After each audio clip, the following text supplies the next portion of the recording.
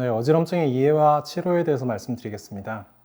우선 저희가 일반인 대상으로 강의를 할 기회가 사실 많은데 제가 학회나 소학회, 소모임 같은 경우에는 제가 바쁘다 보니까 많이 거절을 하는데 사실 일반인 대상으로 이렇게 강연을 할 기회는 제가 웬만하면 다 합니다. 왜냐하면 사실 외래에서 제가 많이 설명드리지 못하고 빠르게 넘어가는 부분이 있어서 이렇게 일반인 분들 대상으로 해서 많은 불편을 야기하는 어지럼증 자체에 대해서 말씀드리는 게 상당히 뜻깊고 보람되게 생각합니다. 그래서 이런 뜻깊은 기회를 주신 강남구 치매센터에 감사의 말씀을 먼저 드립니다.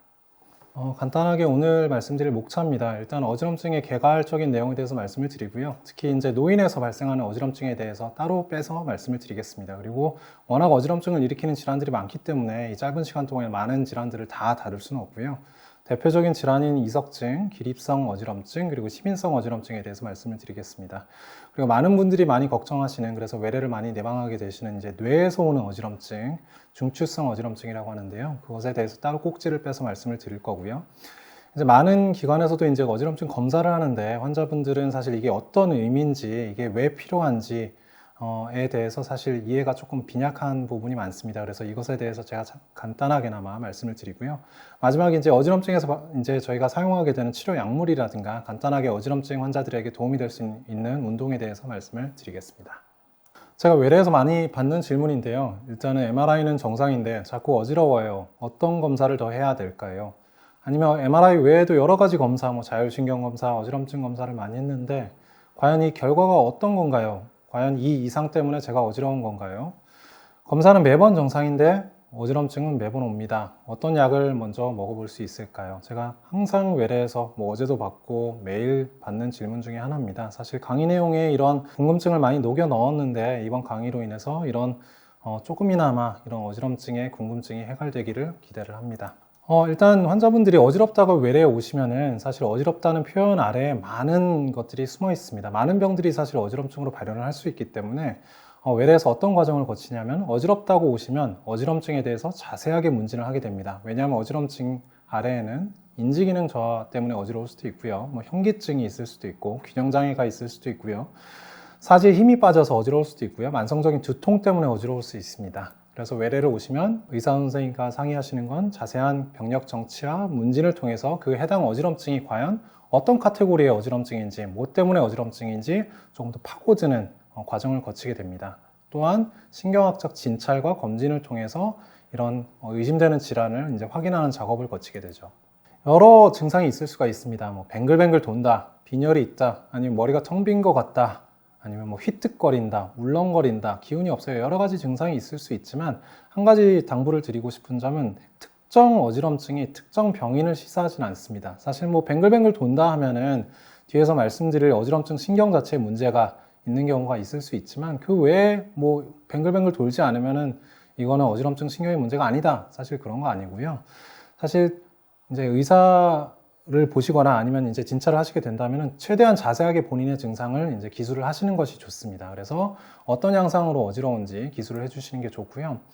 특정 어지럼증은 특정 병인을 시사하는 소견이 드물게 있습니다. 이를테면 이런 진동시 같은 게 있는데요. 환자가 걸을 때 이제 대표적으로 이제 흔들려서 보인다, 마치 핸드헬드 카메라를 든 것처럼 보인다라고 얘기하는 경우가 있습니다.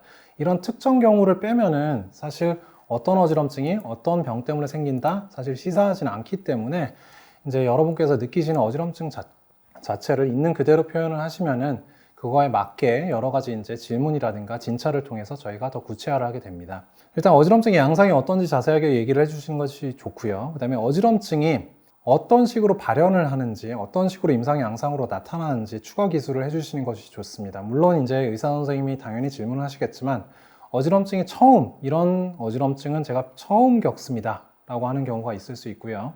어지럼증이 반복적으로 없을 때는 없는데 있을 때는 반복적으로 자꾸 발생을 합니다 라고 하는 경우가 있을 수가 있고요.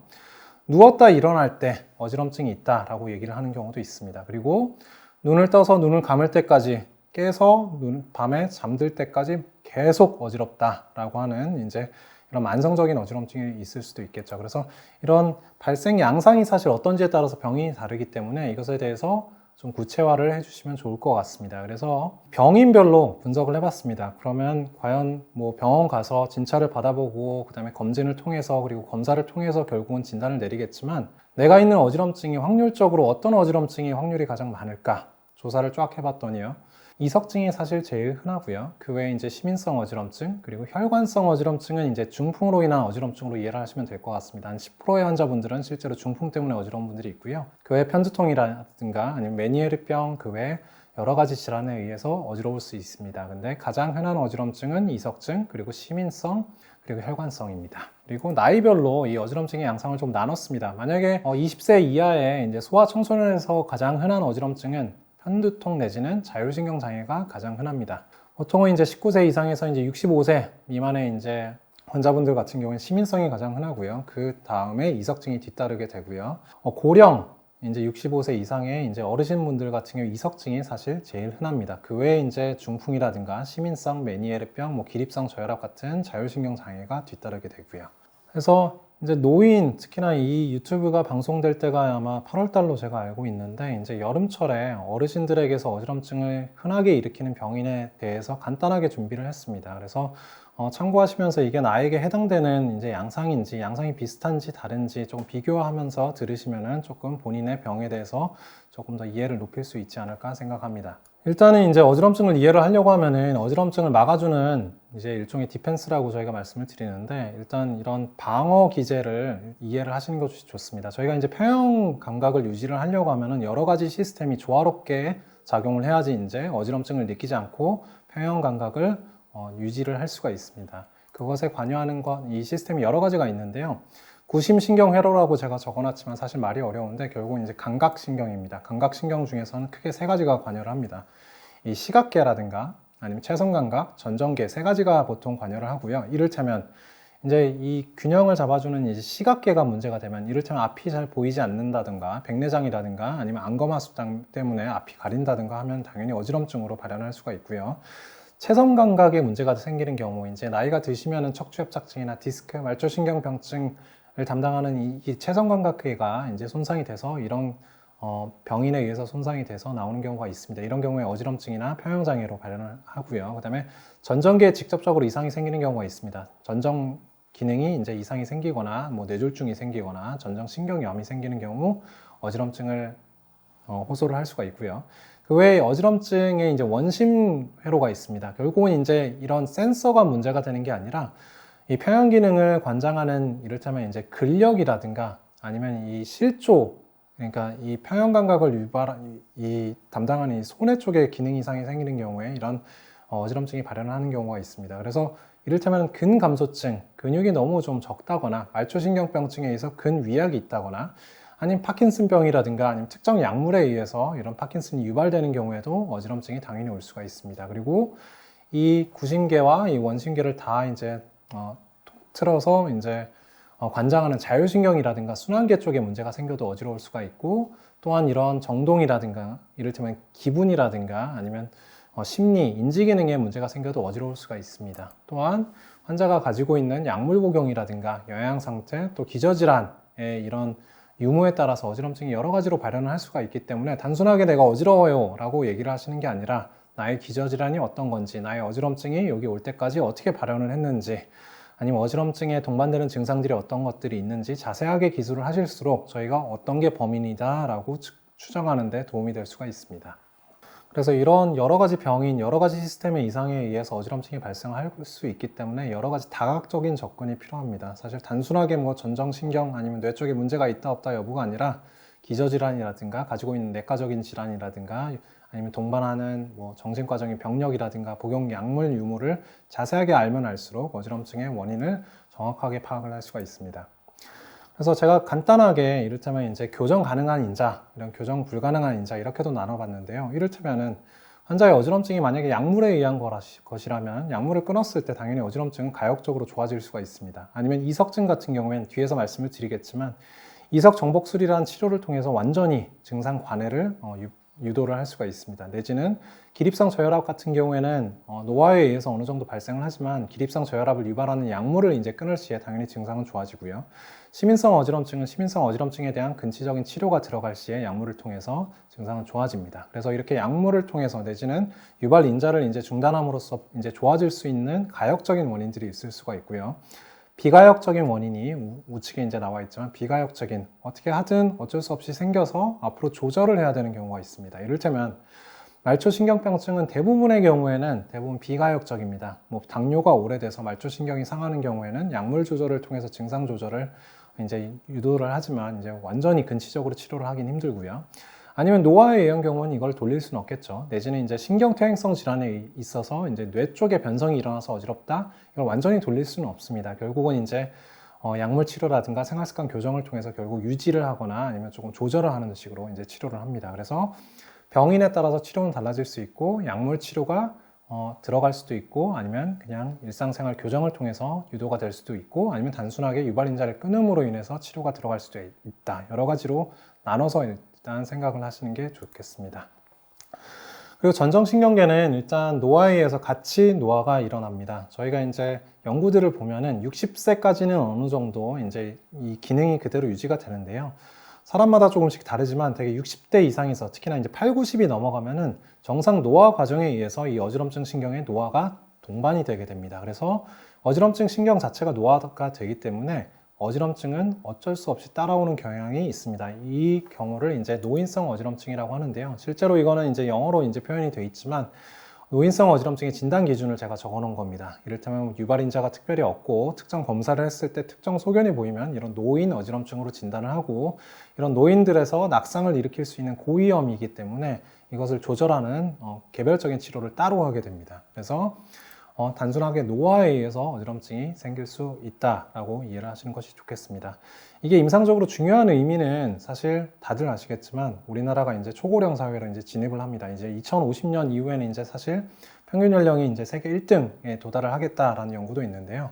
사실 이제 출산아가 이제 줄어들고 이제 노인 인구가 늘어남으로써 이런 어지럼증은 어쩔 수 없이 노인 인구가 늘어나면 늘어날 수밖에 없습니다. 그래서 이게 단순 노화인지 아니면은 특정 유발 인자가 있다거나 아니면 병인이 있어서 어지러운 건지 구별을 해서 생각하시는 것이 중요합니다. 물론 이 생각에 대해서 저희가 의사들이 생각을 하겠죠.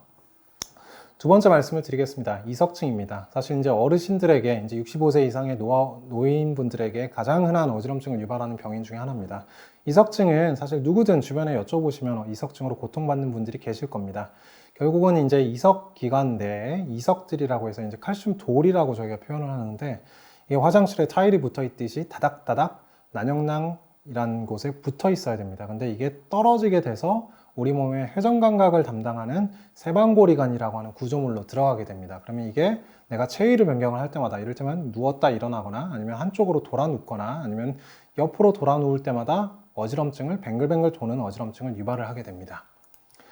이런 이석증은 60세 이상에서 가장 흔한 어지럼증의 원인이고요. 누구든 앓을 수가 있습니다. 누구든 이제 평생 유병률이라고 하는데 8.5%, 많게는 8.5%의 환자분들은 평생 한 번은 앓고 꼭 지나가고요. 깨끗하게 낫는 질환이고 양성적인 경과를 보이는 대신에 문제는 뭐냐? 재발을 합니다. 10년 동안의 재발률은 약 50%. 그러니까 한 번 앓은 분들은 다시 한 번 이제 찾아올 수 있다고 저희가 항상 경고를 드리고요. 이런 재발은 그러면 어떻게 막을 수 있냐? 사실 많이 여쭤보시는데 연 재발률로 나누면 한 15% 정도는 연 내에 다시 한번 재발을 하고요. 3년 동안 지켜보면 대개 반수의 환자분들은 재발을 경험을 합니다. 그리고 재발하시는 분들의 대다수는 대부분 처음 발생 이후에 1년 내에 다시 재발을 하시는 분들이 많습니다. 그래서 이제 이석증으로 이제 치료를 저희가 하고 나면은 더 이상 외래에 오실 필요가 없습니다 라고 말씀을 드리는데 항상 이제 저희가 덧붙이는 말이 재발을 할 수가 있습니다. 그래서 어떤 경우에 재발을 하느냐 이것에 대해서 간단하게 준비를 했는데요. 이를테면 골다공증이 있다거나 여성 같은 경우 아니면 나이가 드실수록 아니면은 기저질환으로 고혈압, 당뇨도 이제 포함이 되는데요. 수면장애나 우울증 같은 게 있는 경우 이제 재발률이 올라가게 됩니다. 이 이유는 이석 자체도 결국 뼈와 성분이 거의 유사합니다. 그래서 뼈가 약한 분들 같은 경우에는 이 이석이 잘 떨어지는 경향성이 있고요. 그래서 골다공증이 있다거나 뒤에서 말씀드릴 비타민 D 결핍이 있는 경우 이석증의 고위험군입니다. 그래서 따로 비타민 D를 섭취를 하실 경우 재발률은 떨어집니다. 보통 한 27% 정도 말씀을 드리는데요. 이제 800IU에서 이제 1000IU면은 1일 권장량 비타민 D입니다. 그래서 일반 의약품이기 때문에 이제 이석증을 한번 경험하신 분들 같은 경우엔 이제 약국에 가서 이제 비타민 D를 굳이 주사를 맞지 않으셔도 먹는 약으로 사실 이렇게 1년 동안 꾸준하게 복용을 하실 시에 이석증의 이 재발률이 떨어지기 때문에 이석증을 꼭 앓으시는 분들에게는 저희가 비타민 D는 드시는 것이 좋겠습니다. 꼭 추천을 드립니다. 세 번째로 기립성 저혈압에 대해서 말씀을 드리겠습니다. 기립성 저혈압은 누구든 있죠. 사실 저도 있고 이제 젊은 층에도 꼭 있을 수 있고요. 나이가 드실수록 유병률은 조금 올라갑니다. 갑자기 누워있다가 일어날 시에 어지럼증이 생기고 갑자기 눈앞이 깜깜해진다든가 가슴이 두근거린다든가 귀가 먹먹하다든가 눈앞이 깜깜해져요. 아니면 소변 대변이 마렵다. 내지는 의식을 잃고 뒤로 넘어간 적이 있다라는 게 특징적인 증상입니다. 이석증과 조금 헷갈릴 수 있는데요. 이석증과 다른 점은 이석증은 뱅글뱅글 도는 양상으로 오는 경우가 꽤 있고요. 이석증과 사실 기립성 저혈압의 가장 큰 다른 점은 이석증은 뒤로 누울 때 중력의 방향으로 이제 체위를 변경을 할 때도 증상이 유발이 됩니다. 그리고 중력과 상관없이 내가 누운 상태에서 좌우로 고개를 돌려도 어지럼증이 유발이 됩니다. 그에 반해서 기립성 저혈압 같은 경우에는 중력의 역방향으로 운동을 하실 때 꼭 이 어지럼증이 유발이 됩니다. 이를테면 계단을 올라가신다거나 아니면 쭈그렸다 일어나실 때 아니면 누웠다 일어나실 때 앞에서 말씀드린 어지럼증 양상이 나타난다면 기립성 저혈압을 생각을 하셔야 됩니다. 특히나 이제 날이 더워지는, 요즘 날이 덥죠. 그래서 날이 더워지는 여름철이라든가 덥거나 습하거나 아니면 밀폐된 공간이라든가 아니면 반신욕을 하신다거나 뜨거운 샤워를 하신다거나 할 경우에는 증상 유발이 더 잘 됩니다. 또한 기립성 저혈압은 나이가 드실수록 유병률이 올라갑니다. 그 이유는 어지럼증 신경도 그렇지만 자율신경, 이 기립성 저혈압을 결국은 컨트롤하고 이제 총괄하는 자율신경이라고 부르는데요. 이 자율신경도 노화를 거치게 됩니다. 그래서 이제 나이가 드실수록 자율신경도 같이 노화가 되기 때문에 기능이 떨어져서 이런 기립성 저혈압이 나이가 드실수록 조금 올라갑니다. 외래에 오시면 항상 여쭤보시는 게 저는 혈압이 낮지 않아요. 저는 혈압을 재면 항상 고혈압인데 기립성 저혈압이라니요? 라고 이제 여쭤보시는데 기립성 저혈압은 앉아서 혈압을 재면 정상혈압 내지는 고혈압으로 나오는 경향이 있습니다. 근데 단지 이 혈압 강화가 누웠다 일어날 때 순간적으로 발생합니다. 대개 10초, 15초 이내에 이제 발생을 하는 경우가 많기 때문에 그냥 일반적인 혈압을 재셨을 때는 당연히 고혈압이라든가 아니면 정상적인 혈압이 나오는 게 당연합니다. 그래서 이런 기립성 저혈압을 진단을 받으려고 하면은 이제 특징적인 임상 양상만으로 어느 정도 유추를 하실 수가 있고요.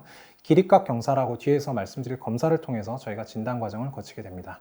이런 기립성 저혈압이 중요한 이유는 뭐냐면 여러 가지 이유가 있겠지만 사실 인지 기능과 밀접한 연관이 있습니다. 기립성 저혈압이 있으면 일단 낙상 위험도가 올라가고요. 그리고 기립성 저혈압 자체가 인지 기능을 악화시키는 주요한 인자 중에 하나입니다. 기립성 저혈압이 있는 분들과 없는 분들을 이렇게 비교를 했을 때 보통은 인지 기능 저하를 2년이나 1년 반 정도 앞당길 수 있다라고 얘기를 하기 때문에 기립성 저혈압이 있는 분들 같은 경우에는 적극적인 기립성 저혈압의 치료를 하셔도 인지 기능의 감퇴를 예방을 할 수가 있습니다. 그래서 상당히 중요한 질환 중에 하나고 마지막 이제 네 번째 시민성 어지럼증에 대해서 말씀을 드리겠습니다. 시민성 어지럼증은 사실 외래를 내방하시는 가장 흔한 어지럼증의 원인 중에 하나입니다. 단순하게 어지럽다고 얘기를 안 하시고요. 가만히 여쭤보면 우울감, 불안, 전신 무력감, 식욕 저하, 아니면 체중이 찐다거나 아니면 준다거나 아니면 수면 장애, 식욕, 성욕 모든 게 다 전신적인 증상이 따라오는 경우가 많습니다. 그래서 인지 기능 저하로 발현하는 경우도 있고요. 아니면 비특이적인 이런 어지럼증이라든가 두통을 주소로 이렇게 신경과 외래에 오시는 분들도 많습니다. 중요한 거는 이런 시민성 어지럼증은 각종 검사를 해보면 다 정상이 나옵니다. 그리고 발현 양상도 조금 다른데요. 3개월 이상의 만성적인 어지럼증으로 발현하는 경우가 많습니다. 그리고 앞에서 말씀드린 검진이라든가 검사에서 정상이 나오고 다른 전신적인 증상이 동반이 되면서 이게 유발이 되는 특정 스트레스 요인이라든가 아니면 우울증 내지는 불안장애 같이 있는 경우 시민성인 경우가 많습니다.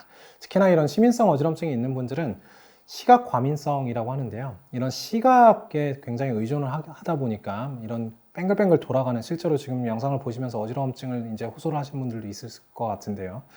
이런 시민성 어지럼증이라든가 젊은 층에서 편두통이 있는 분들이 이런 시각 과민성이 있습니다. 그래서 이런 놀이기구를 못 한다거나 이런 시각이 좀 이런 패턴이 좀 돌아가는 것이라든가 아니면 이런 멀미를 유발하는 이런 화면에 굉장히 과민한 양상을 보입니다. 그래서 만약에 나의 어지럼증 양상이 지금 몇 개월째 계속하고 있고 여러 가지 검사를 받아봤고 내가 확실히 시각에 과민하고 뭔가 특정 스트레스 요인이라든가 아니면 우울증 내지는 불안장애 같은 게 같이 있다, 시민성 생각을 해보시는 것이 좋을 것 같습니다. 그래서 이런 시민성 어지럼증을 이제 유발하는 경우에 저희가 이제 우울증 약을 쓰게 됩니다. 내지는 항불안제제를 많이 쓰게 되는데요. 나는 어지러워서 신경과 외래를 왔는데 왜 나는 우울증 약을 먹고 있습니까? 라고 질문하시는 분들이 많습니다. 그 이유는 시민성 어지럼증이 있기 때문에 저희가 이런 약을 쓰게 되고요.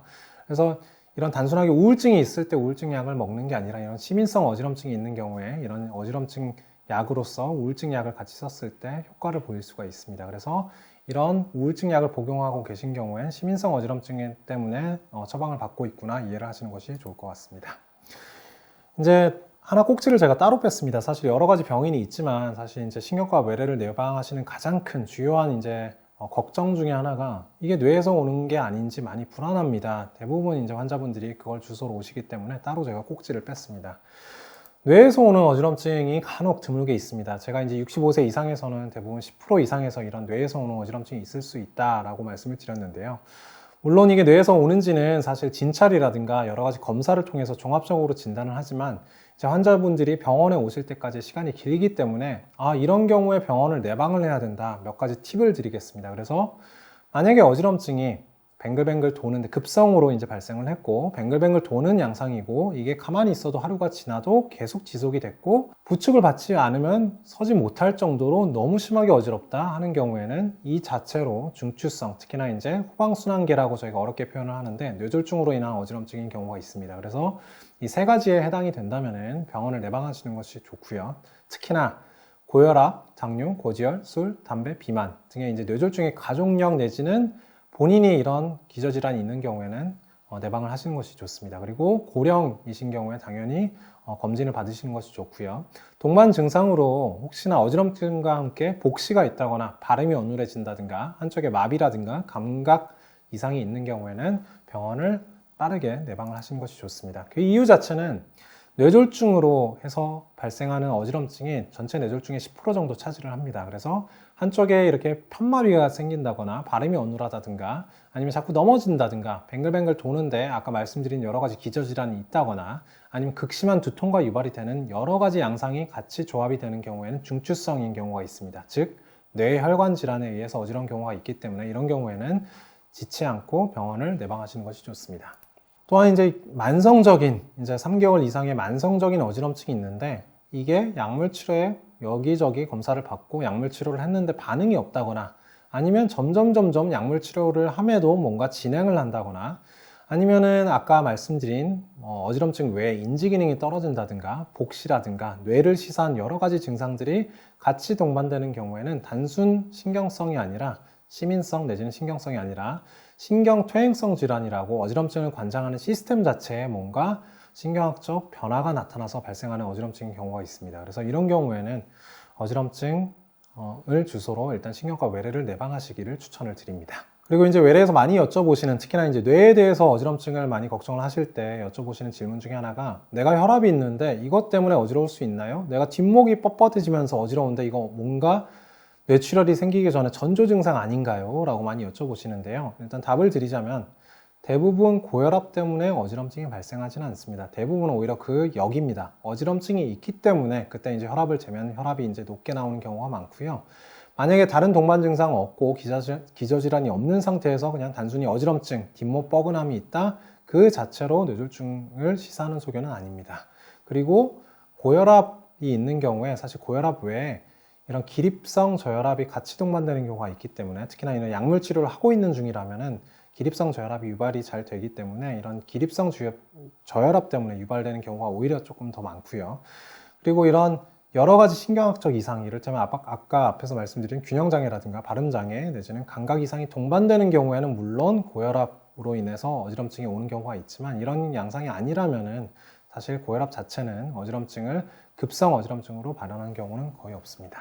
그리고 많이 여쭤보시는 것 중에 하나가 코로나를 실제로 이제 저희 뭐 국민들도 그렇고 코로나를 대부분 이제 한 번쯤은 걸리셨을 텐데 코로나를 걸리고 나서 어지럼증이 만성적으로 있다라고 호소를 하시는 분들이 많습니다. 이게 단순하게 이제 허황된 얘기를 하시는 게 아니라요. 실제로 이제 코로나 환자분들을 저희가 검사를 하거나 아니면 진찰을 해보면은 반수 저마다 나라에서 여기저기 보고를 하는데요. 적게는 이제 36%에서 많게는 대부분의 환자 92%면 대다수죠. 이제 환자는 어지럼증을 코로나의 후유증으로 경험을 하는 경우가 있습니다. 이런 어지럼증의 양상은 직접적으로 이런 전정신경계, 어지럼증을 관장하는 전정신경계를 이제 침범을 해서 생기는 막 뱅글뱅글 도는 양상의 어지럼증도 있겠지만 대부분은 머리가 맑질 않다, 집중력이 떨어진다, 기억력이 조금 감퇴되는 것 같다 라고 이제 저희가 브레인 포깅이라고 부르는데 머리가 맑지 않은 양상으로 발현하는 경우가 대다수입니다.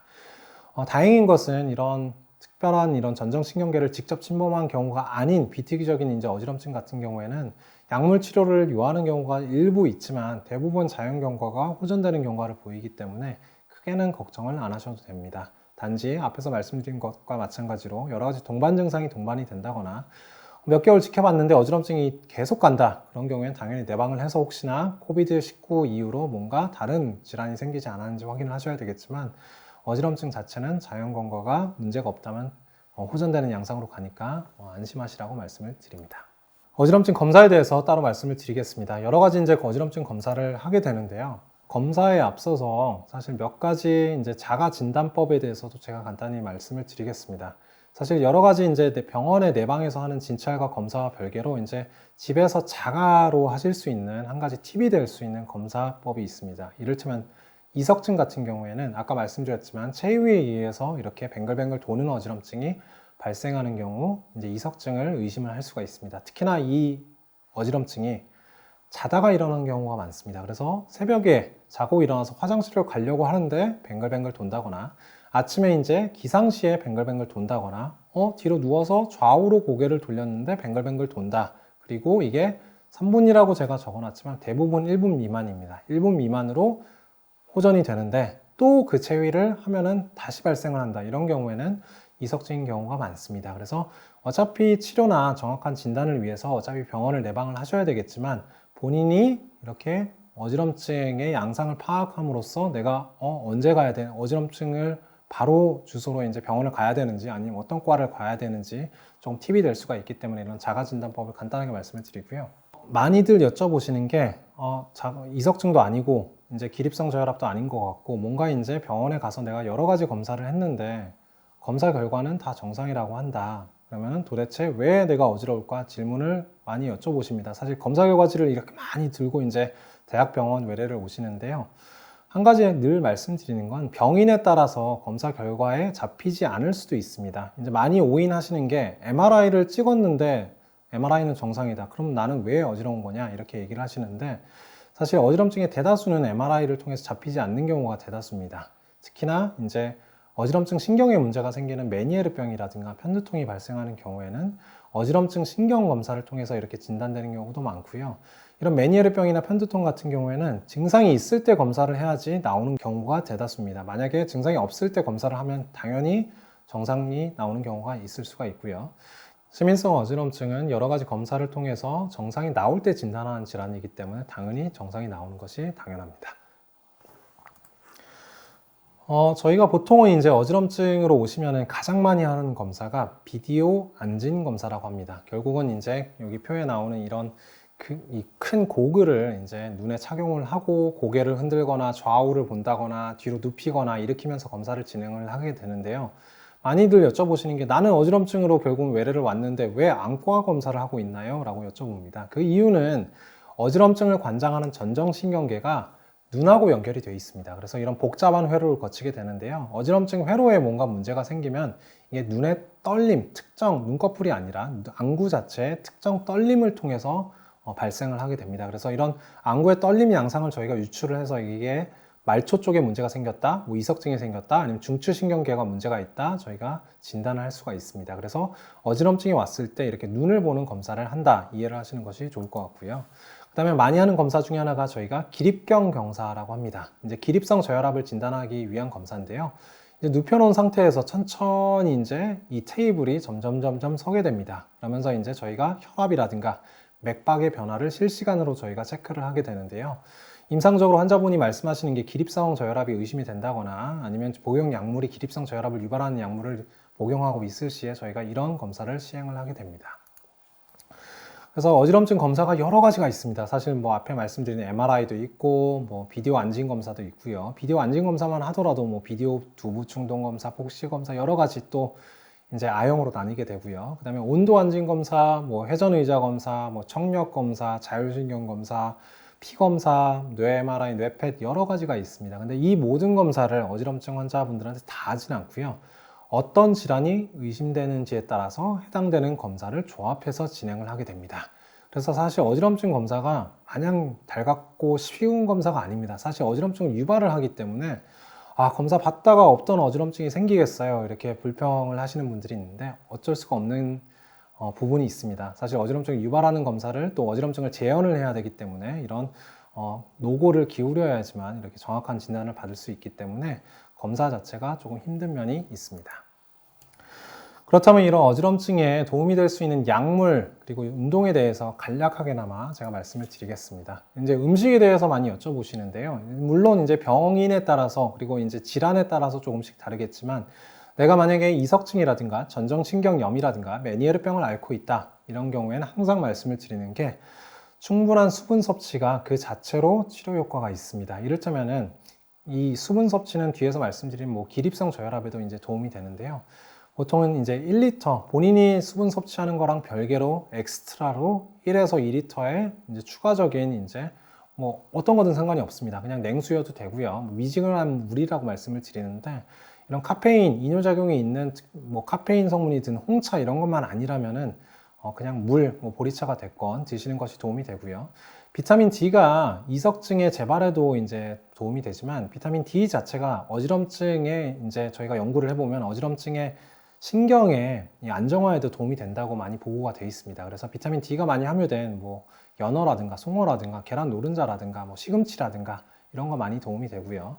메니에르병이 있으신 분들 같은 경우에는 저염식을 저희가 말씀을 드립니다. 이제 짜게 드시면 안 된다라고 보통 말씀을 드려서 이게 저희가 나트륨 카운팅 같은 경우도 할 수가 있습니다. 이를테면 뭐 나트륨 섭취량을 1일 나트륨을 이제 계산을 해보세요라고도 말씀을 드리지만 사실 이제 어르신분들한테 이렇게 하지는 않고요. 보통은 이제 찌개, 탕, 뭐 라면, 칼국수 이렇게 국물 있는 음식은 가급적 건더기만 건져서 드세요라고 말씀을 드립니다. 그래서 내가 병원에 갔는데 여러 가지 검사를 통해서 메니에르병이라고 진단을 받았다.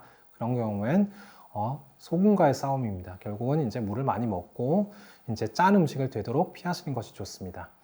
편두통 같은 경우에는 사실 피하셔야 될 음식들이 더 많습니다. 이를테면은 카페인이라든가 아니면 알코올, 그러니까 음주 같은 경우에는 이제 편두통을 유발하는 경우가 많고요. 그 외에 특정 식품 첨가물이라든가 신음식 같은 경우 이런 편두통을 유발하는 경우가 있기 때문에 찾아 드실 음식보다는 피하셔야 될 음식이 많기 때문에 편두통에 피하셔야 될 음식을 숙지를 하시는 것이 좋습니다.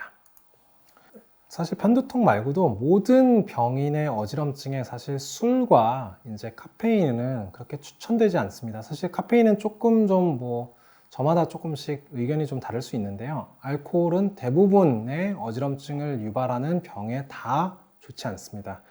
저희가 이제 이해하기 쉽게 말씀을 드리는 게 저희가 술 취하면 비틀비틀 걷잖아요. 그 이유가 이 어지럼증 평형 기능을 담당하는 말초신경과 소뇌라고 부르는 이 작은 골이라고 부르는 이 해부학적 구조물이 알코올에 의해서 마취가 됩니다. 그래서 이렇게 평형 기능이 손상되기 때문에 그리고 이것을 그냥 단순하게 일회성으로 먹는 게 아니라 만성적으로 섭취를 하시게 되면 비가역적으로 소뇌하고 어지럼증 신경이 손상이 되게 됩니다. 그래서 실제로 이제 어지럼증 신경이나 소뇌 쪽에 문제가 있는 분들은 알코올은 꼭 끊으셔야 된다, 금주를 하셔야 된다 꼭 말씀을 드리고요.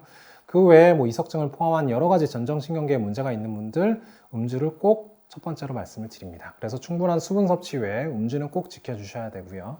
운동법은 어떤 운동이 어지럼증에 좋나요? 여쭤보시면 사실 병인에 따라서 물론 좀 저마다 다릅니다. 근데 공통적으로 어지럼증 신경에 이제 도움이 되는 운동은 결국 움직이는 운동입니다. 이게 몸을 움직이는 운동이 좋고요. 이를테면 조깅, 산책, 아니면 뭐 뭐 자전거를 타신다거나 뭐 아쿠아를 하신다거나 모든 종류의 구기 종목, 골프도 좋습니다. 그래서 여러 가지 운동이 상당히 도움이 되고요. 이제 헬스장 가셔가지고 뭐 이 사이클링을 하신다거나 뭐 트레드밀을 걷는다는 아무래도 야외에서 하시는 활동보다는 조금 이게 떨어집니다. 왜냐하면은 야외에서는 사실 저희가 이제 시각도 끊임없이 변화를 하고요. 체성 감각, 고르지 않은 땅을 걷다 보니까 체성 감각도 끊임없이 이제 저희가 활용을 해야 됩니다. 그리고 이제 전정신경까지 다 종합적으로 활용을 해가지고 이제 평형 기능을 이제 저희가 안정적으로 유지를 하는데요.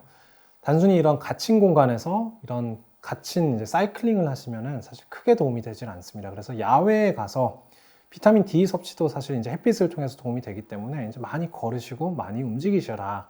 단지 기립성 저혈압이 있는 분들은 뜨거운 여름철에 대낮에 땡볕에 나가시지 말고 조금 덥거나 이제 늘끔하게 좀 나가셔라 라고 말씀을 많이 드립니다. 그래서 활동하는 모든 종류의 운동이 도움이 됩니다. 그리고 이제 헬스장 가서 실내에서 너무 더울 때는 운동할 수가 없는데 실내에서 할 수 있는 운동법이 어떤 게 있을까요? 평형 기능을 활용할 수 있는 운동은 모두가 도움이 됩니다. 이제 밸런스 볼 한 번씩 다들 보셨을 텐데요. 이렇게 저희가 이제 근력이라든가 뭐 이런 데 많이 활용을 하지만 평형 기능을 위해서도 많이 도움이 됩니다. 그래서 이제 뒤쪽으로 이렇게 기역자로 몸을 뒤로 이제 기울이셔가지고 이제 균형을 잡는 운동도 많이 도움이 되고요. 밸런스 볼을 반으로 이렇게 쪼갠 것들이 있습니다. 이거를 뒤집어 놓으시거나 아니면 위쪽에 올라가서 이렇게 서서 운동을 하시는 거 내지는 평형 감각을 이렇게 자꾸 유도하시는 것도 많은 도움이 됩니다. 그래서 밸런스 볼을 활용하시는 것을 말씀을 드리고요. 특정 전정신경병증, 전정 기능이 손상된 그게 뭐 뇌졸중에 의해서 손상이 될 수도 있고요. 아니면 뭐 염증이 생겨서 손상이 될 수도 있고요. 특정 약물에 의해서도 손상이 될 수가 있는데 그런 경우에는 전정 강화 운동이란 걸 저희가 말씀을 드립니다. 단순하게 되면 집에서 하시라 보통 말씀을 드리지는 않고요. 이제 병원에서 한번 교육을 드리고 시범을 보인 다음에 이제 집에 가서 열심히 연습을 하셔라 라고 말씀을 드리는데 고개를 좌우로 이렇게 꺾으면서 이제 시선을 한 곳에 고정을 한 채로 고개를 돌리시면은 전정신경이 자극이 됩니다. 그래서 좌우로 돌리시는 것 외에도 위아래로 꺾으신다거나 하시는 운동법이 도움이 되고요. 꼭 속도가 빠를 필요는 없습니다. 느리게 본인이 멀미 내지는 어지럼증이 유발되지 않는 정도의 속도도 괜찮습니다. 그래서 속도가 중요한 게 아니라 일정하게 매일 하시는 것이 중요하고요. 그 다음에 이게 만약에 나는 가만히 앉아서는 이런 운동법은 다 할 수 있어 라고 하신다면 걸으면서 하신다고 하면 더 도움이 됩니다. 그래서 걸으시면서 내지는 서서 내지는 움직이면서 내지는 정말 잘 된다면 뭐 밸런스 볼 위에서 하신다거나 이런 종류의 운동은 전정 기능을 강화시키는 전정 재활 운동이라고 합니다. 그래서 특정 운동이 도움이 될 수가 있기 때문에 소개를 드리고요.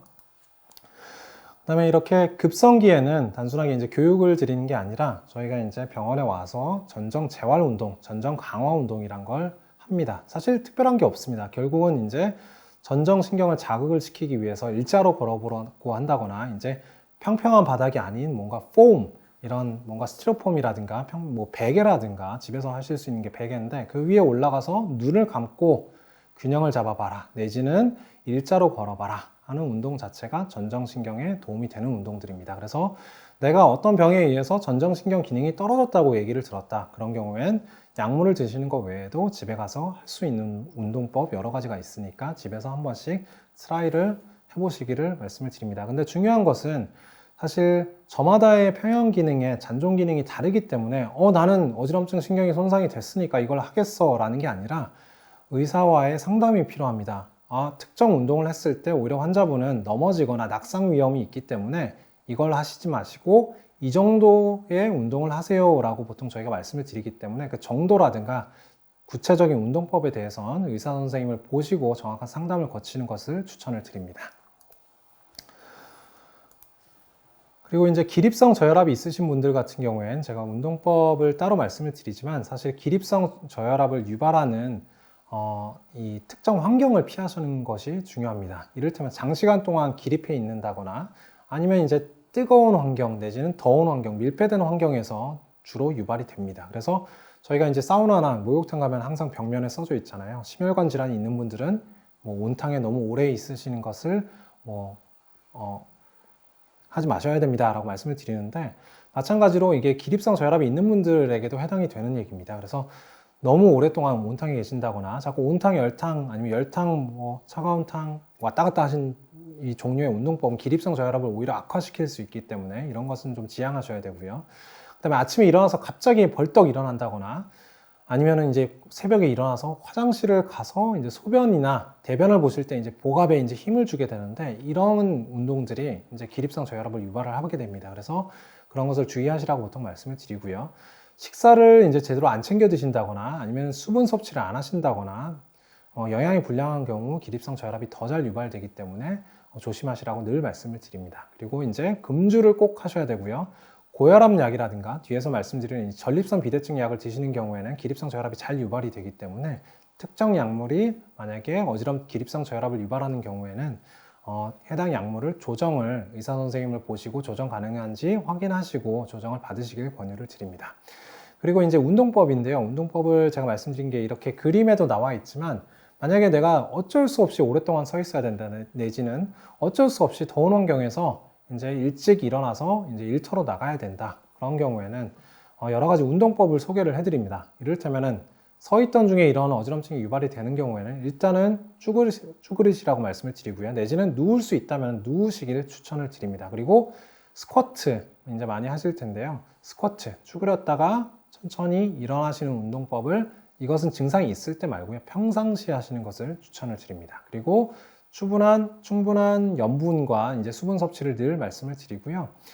운동법 외에도 이제 복대를 평상시에 저희가 이제 찍찍이로 붙이는 이제 유연한 복대가 있습니다. 그래서 이제 그런 환경에 어쩔 수 없이 놓이는 이제 분들이라면 복대를 하시는 것이 이제 허리 운동을 위해서뿐만이 아니라 기립성 저혈압을 위해서도 좋다라고 말씀을 드려서 추천을 드리고요.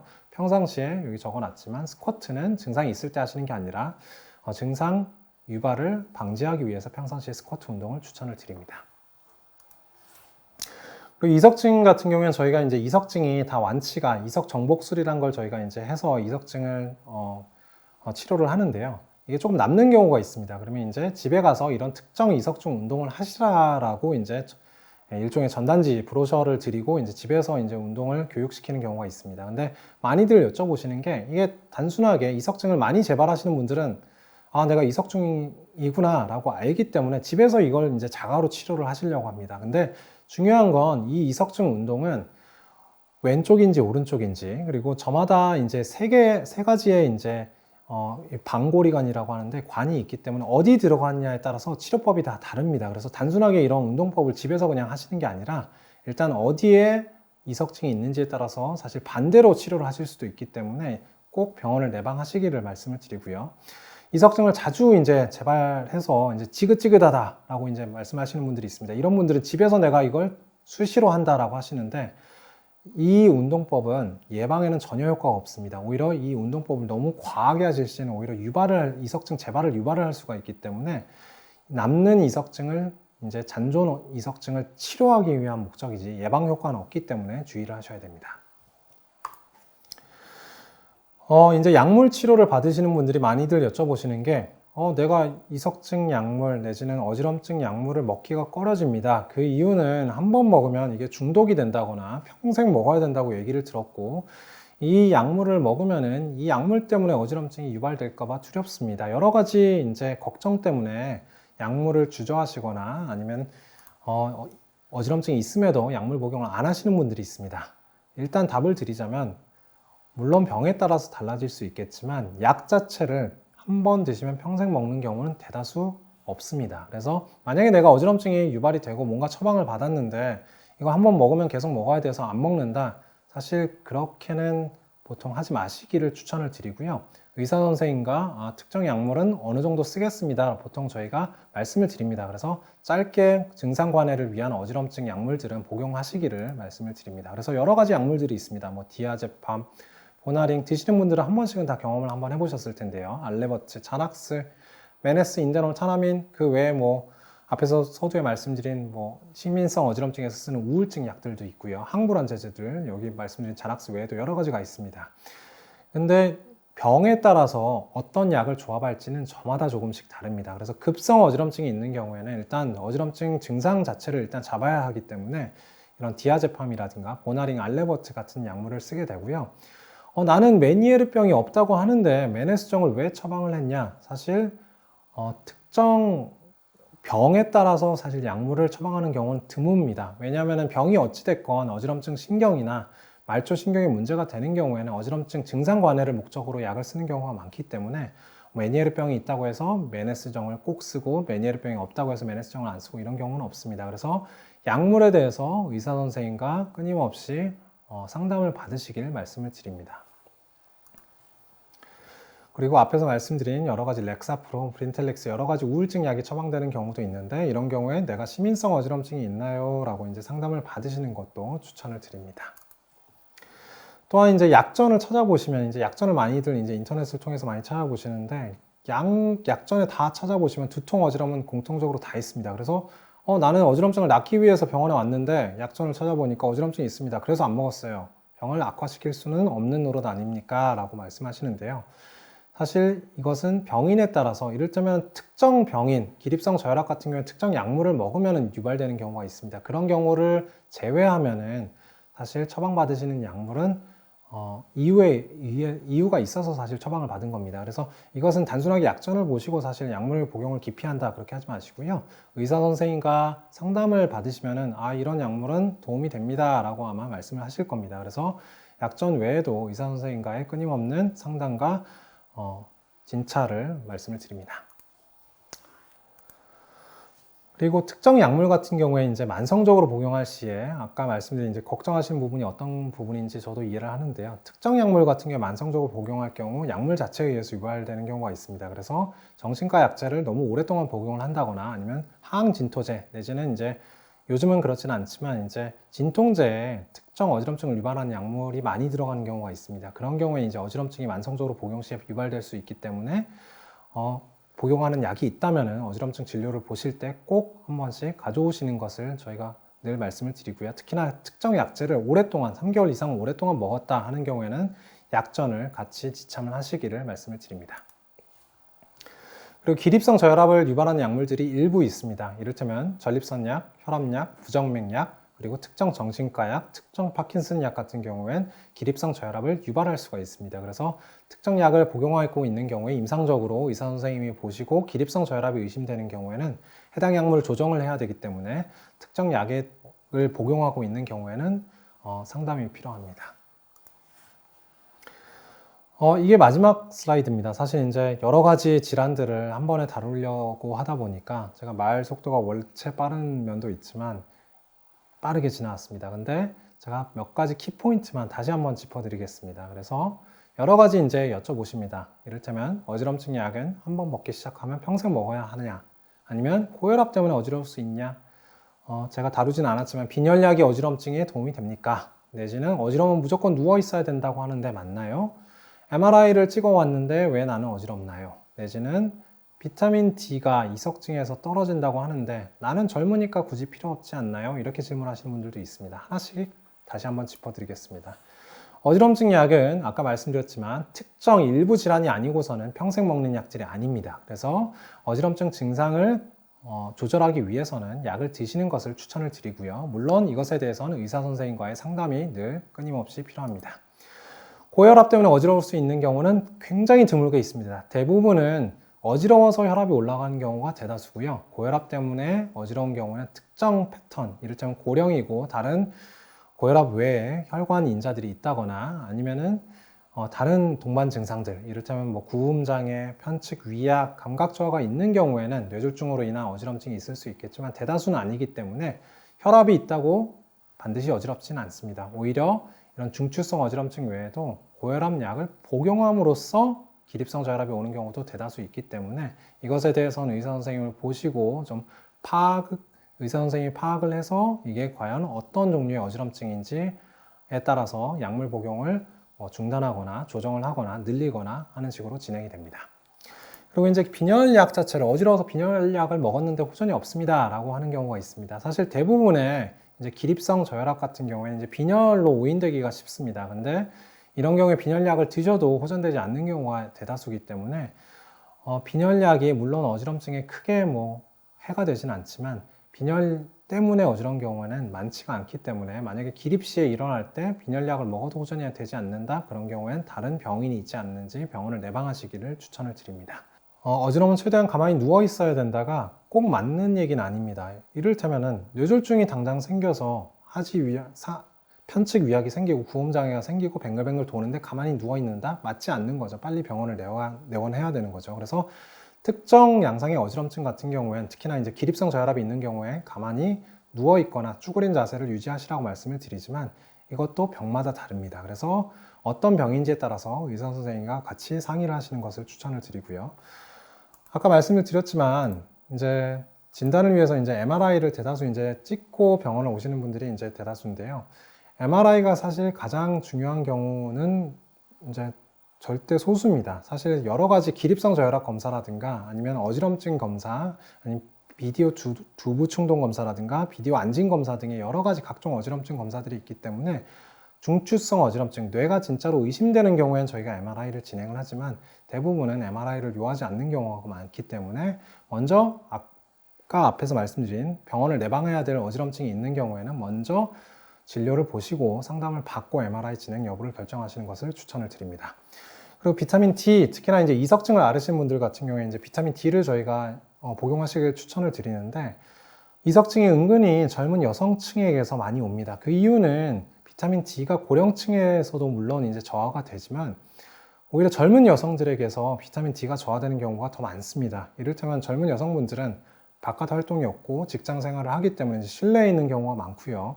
햇빛을 쬐지 않고 다 차양, 선크림을 바른다든가 모자를 쓴다든가 하는 식으로 이제 햇빛을 최대한 쬐지 않기 때문에 오히려 고령층보다 젊은 여성층이 떨어지는 경우가 많습니다. 그래서 이석증을 앓으시는 젊은 여성분들 같은 경우엔 비타민 D를 꼭 같이 복용하시기를 말씀을 드립니다. 네, 그래서 어찌 보면 정신없이 1시간의 시간 동안 제가 어지럼증의 개괄적인 내용에 대해서 말씀을 드렸지만 사실 이렇게 대중분들한테 어지럼증에 대해서 말씀드릴 기회가 많지가 않습니다. 근데 이런 어지럼증 이 강의가 사실은 저 개인적으로서도 사실 보람찬 일인 게 어지럼증으로 고통받는 환우분들도 그렇고요. 그다음에 어지럼증으로 주변에 어지럼증이 있어서 이제 어지럼증이 생길까 걱정하시는 분들에게도 사실 일반적인 이런 운동요법이라든가 아니면 약물요법 외에도 음식이라든가 사실 본인이 이제 조절해서 좋아질 수 있는 부분들이 많기 때문에 해당 강의가 조금이라도 어지럼증으로 고통받으신 분들에게 도움이 되었으면 하는 바람입니다. 감사합니다.